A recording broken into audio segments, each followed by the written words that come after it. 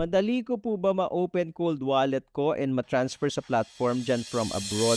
Siyempre 'pag umpisa medyo kakapain mo siya, pero technically sa akin, kahit nung first time ko, may kaba ako konti, eh. From the cold wallet na-transfer ko sa exchange nung bentahan na. Yung cold wallet ko yung crypto ko galing sa Coins.ph. Kinarga ko sa cold wallet, in-store ko. Okay, nung bentahan na, ni-load back ko.